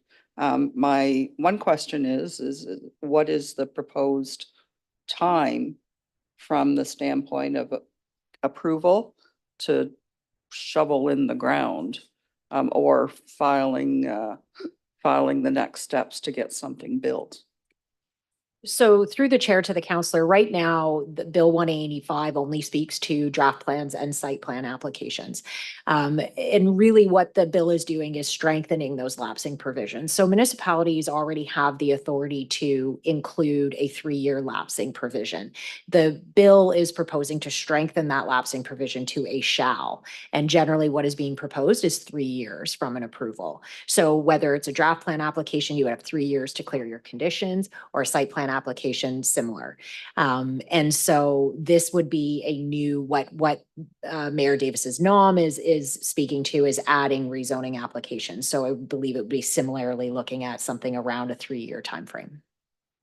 And I think that's fair. I mean, if we have 90 days from a application being deemed complete to having to make a decision whether to approve it or refuse it, then I think certainly it's fair that a developer has 3 years to put a shovel in the ground, and start the development that they've been approved for. So yes, I too will be supporting it. Thank you.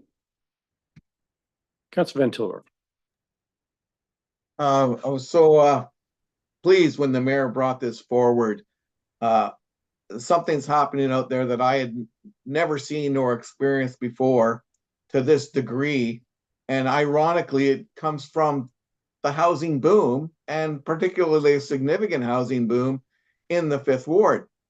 And what I see happening is a lot of people, for the sake of development and increased units, are finding themselves being evicted, finding themselves having to leave their longtime homes.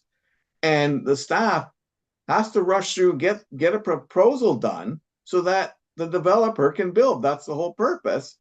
And then we find out that it's about a flipping game, that all the hard work that's been done by the purchaser, they just want to make the money, because the really hard work that actually sustains something for the community, which is the units, don't get built. And we're seeing that happen 5, 6, 7, 8, 9, 10 years that happens.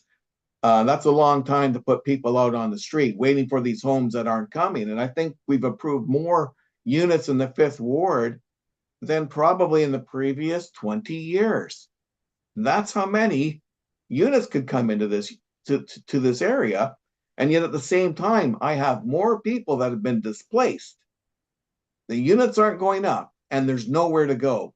So in my frustration and in looking for a solution, it just happened to lapse into the point where the mayor says, hey, this is coming through. This is what the provincial government's doing, and we've got to get on board and support this. And I think that's 100% what we've got to do. They've got to have these timelines, because if we're going to go to the trouble where we have no problem making staff and hit these criteria, punish the city if we don't by fines, we're putting people out on the street with nowhere to go. We have to get something back in return, not somebody else just trying to make $1 million. So I appreciate this fully. Right, call the vote.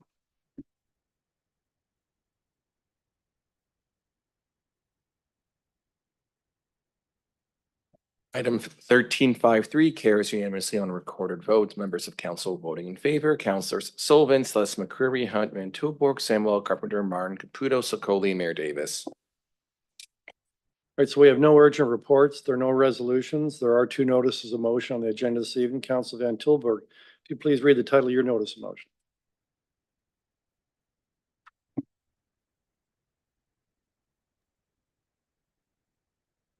Support for the decision of the Ontario Energy Board to end the gas pipeline subsidy.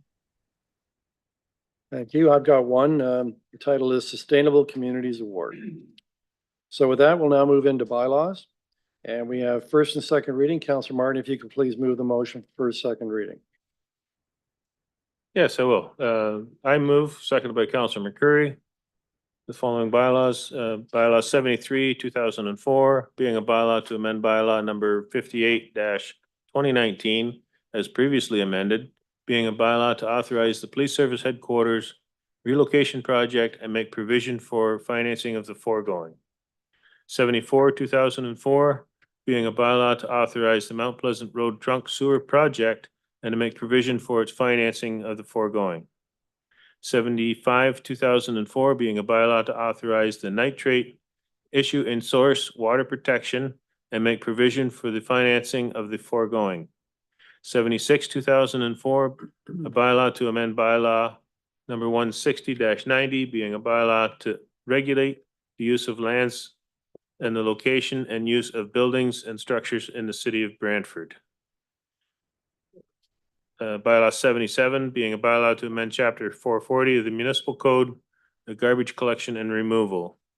Bylaw 78, a bylaw to confirm the proceedings of the council of the corporation of the city of Brant with respect to the meeting held on May 28th, 2004. Does anybody want any of the bylaws separated first and second reading for discussion purposes? I would like 77-2024. That's the bylaw regarding garbage collection downtown. I like that separated. So I'm going to ask that we now call the vote then on the other bylaws that aren't being separated for discussion purposes, first and second reading. So, Mr. Clerk, if you please confirm what the resolution is. So right now, we will be voting on the first and second reading of all bylaws not separated for discussion purposes. That should be open now.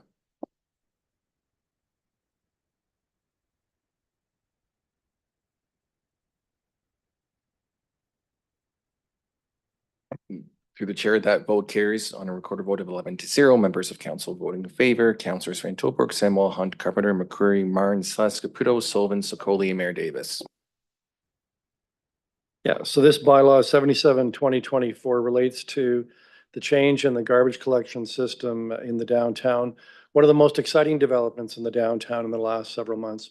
And that is we've changed the garbage collection time so that garbage will be collected before, I believe it's 9 o'clock in the morning.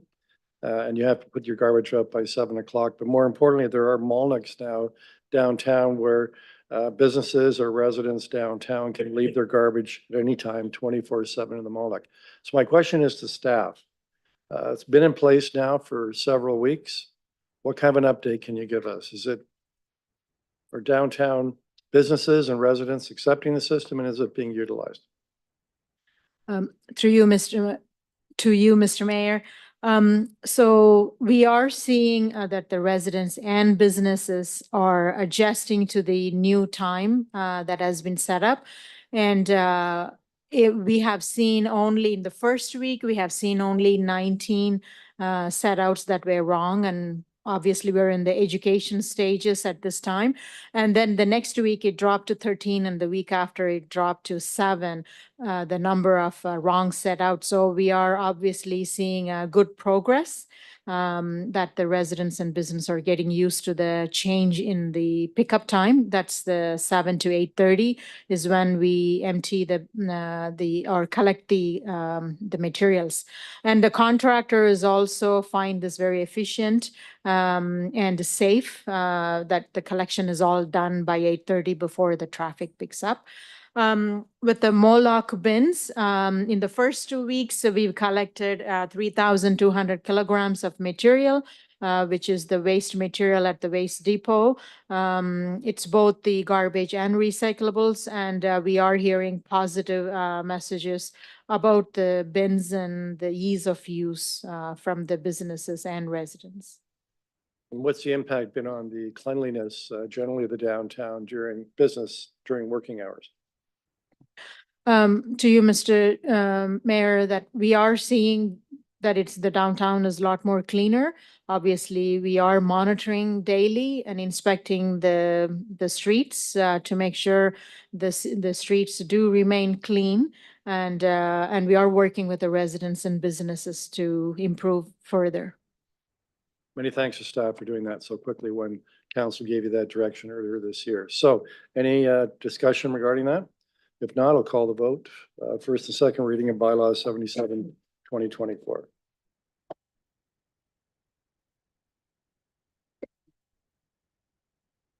The first and second reading of bylaw 77, 2024 carries unanimously in a recorded vote of 11-0. Members of council voting in favor, Councillor Sullivan, Celeste, McCreary, Hunt, Van Tilburg, Samwell, Carpenter, Martin, Caputo, Sokoli, and Mayor Davis. All right, I believe Councillor Caputo, I think you have the motion for third reading. Yes, I do. Moved by myself, seconded by Councillor Sluss, that all bylaws being received, the first and second reading be taken as read a third time and be finally passed and signed by the mayor and clerk. Does anybody want any of the bylaws separated for discussion purposes of third reading? Seeing none, Mr. Clerk, please take the vote on third reading of the bylaws.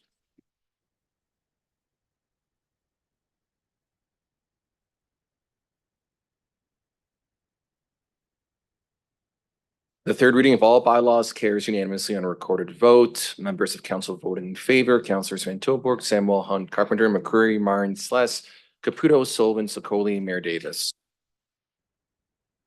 So while the clerk and I signed the bylaws, we'll go to ward announcements and we'll go halfway down each side and I'll start with Councillor Martin.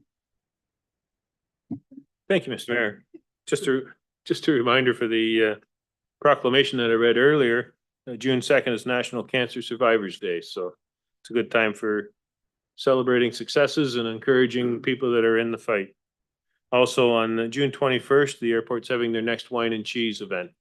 The wine and cheese sunset is a wonderful event at the airport. It's a great place to view the sunset, weather permitting. And the tickets sell out quick. If they haven't sold out already, be sure to get your tickets soon. Thank you. Councillor Van Tilburg. Over to my ward mate. Now we're going to go back to Councillor Hunt. Thank you.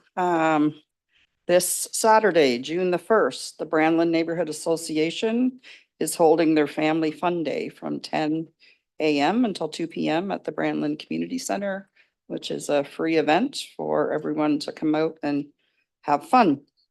Also on Saturday from 1 till 3:30 at the Wayne Gretzky Sports Center, we are holding an accessibility expo, which will also feature the experiential disability videos that councillors took part in. And I want to thank each of you that did take part in filming those videos. And also the mayor and I will be presenting the annual Accessibility Awards, which is the first time these awards are being handed out since COVID. And my proclamation earlier, this is National Accessibility Week. It started on Sunday. So there are lots of events going on, but the theme this year is really to recognize accessibility and inclusion for all across the country. So thank you. Councillor Sluss. Thank you, Mr. Mayor. Yeah, this Friday at 10 a.m. At the Wayne Gretzky Sports Center is a special time for the lawn bowlers in the city. The official groundbreaking to install the lawn bowling facility at the Gretzky is long overdue. The folks have been very, very patient. If we had taken arenas away from hockey players, we would have probably got knocked over. But these folks have been very, very patient, and hopefully we can reward them with a first-class facility that gets them back on track and gets them playing their game again, because it's for the most part a seniors type activity, and it's good to keep them moving and keep them active. So looking forward to this Friday for the groundbreaking to take place. Thanks, Mr. Mayor. Right, we'll go to Councillor Samwell. Thank you. Just have a few things. So on May 30th from 9 to 3 p.m. the cancer screening coach will be at the Civic Center. So make sure you head over and check that out and do some good for your health. The Eagle Place Community Association on June 1st is having a kids gardening workshop from 1 to 3 at Tootla Park, and you can register online for that. As well as it's the big community yard sale for Eagle Place as well on June the 1st as well at 8 a.m. On June the 1st, there's also the flag raising for Pride Month. So that's at 10 a.m. at Harmony Square. And the Eastward Echo Place Neighborhood Association on June 9th is hosting a community bowling event from 10 to 12. And if you have questions about that event, you can email them at ewepna@gmail.com. Thank you. Counselor Carpenter. Thank you, Mr. Mayor. Just a couple of events. First of all, City of Brantford is thrilled to invite you to a free summer pool party event to celebrate the grand reopening of Woodman Pool, long overdue, 491 Gray Street, Saturday, June 1st, 2024, from 11 a.m. to 5:30. Remember to cool off with a free public swim in this newly renovated and heated pool from 1 p.m. to 3 p.m. and 3:30 to 5:30. There's prizes, there's going to be events, there's going to be the neighbor associations are going to be involved. It's going to be a great event. Secondly, I'd like to invite everyone to remember that June 2nd is a Rotary Classic Run. Brantford Rotary Club is putting on the Rotary Classic Run again, and it's You Run, Kids Win. And so you've got, the race will be held at Sunday, June 2nd at W.S. Ross McDonald School in Brantford, of course. And you have 3 days still to register. The cost is really minimal, about $15, and it goes to help kids in our community. It goes a long ways. And I have one last final thing. I looked online, Mr. Mayor, I looked back to see what happened 50 years ago today, and really not much happened.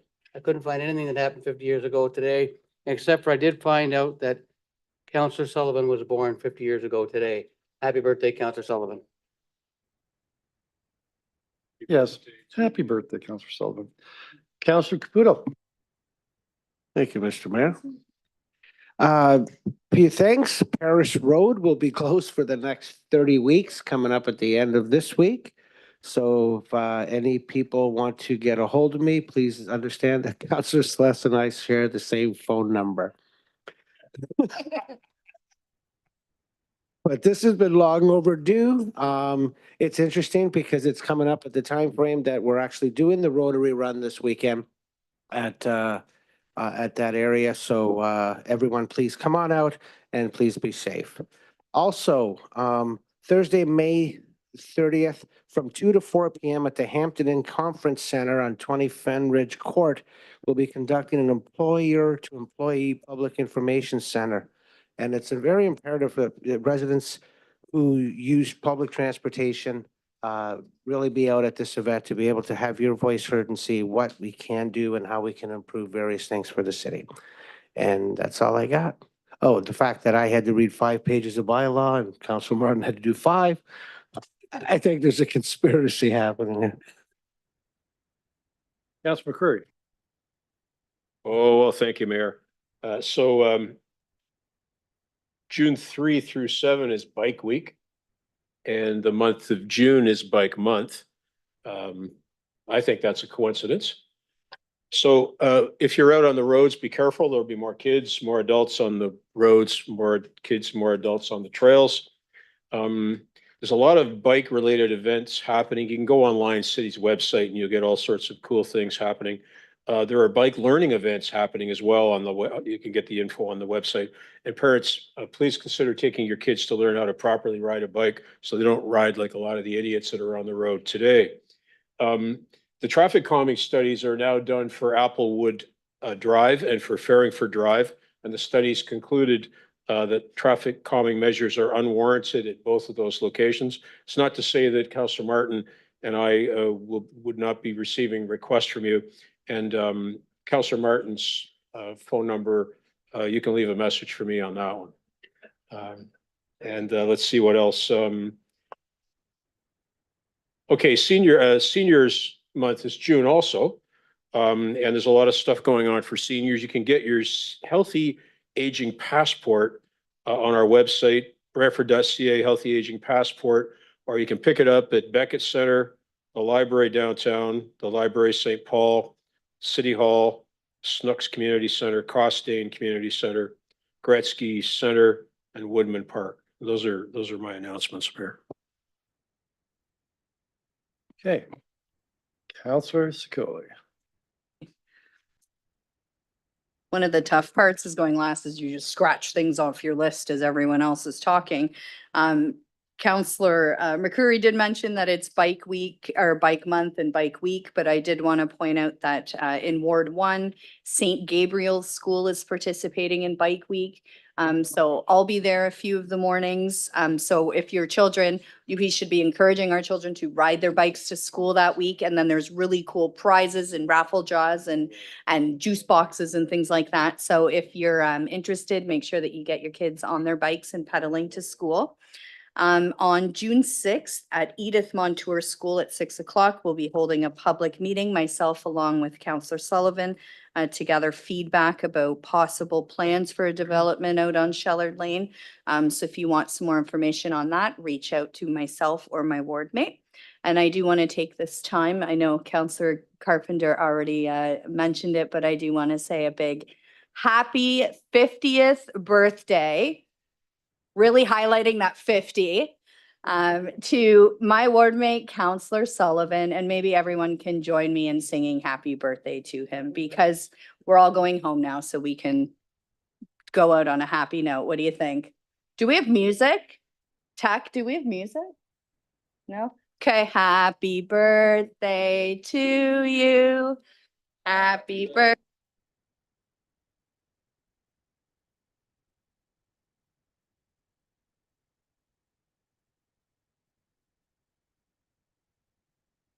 And that's all for me. And he bought himself a Cadillac for his birthday. Lastly, Counselor Sullivan. Thank you, Mr. Mayor. First and foremost, I want to thank everybody who came out and supported Riley's Fun Fair up at Brownlee Community Center up on the 4th. It was a great turnout. The mayor was present too. Also, there's going to be Lansdowne Day at the Red Sox game on June 9th at 2 p.m. There'll be kids' activities at 1 o'clock, so please come on out and support both causes. Thank you. All right, so that's council meeting for the month of May is adjourned.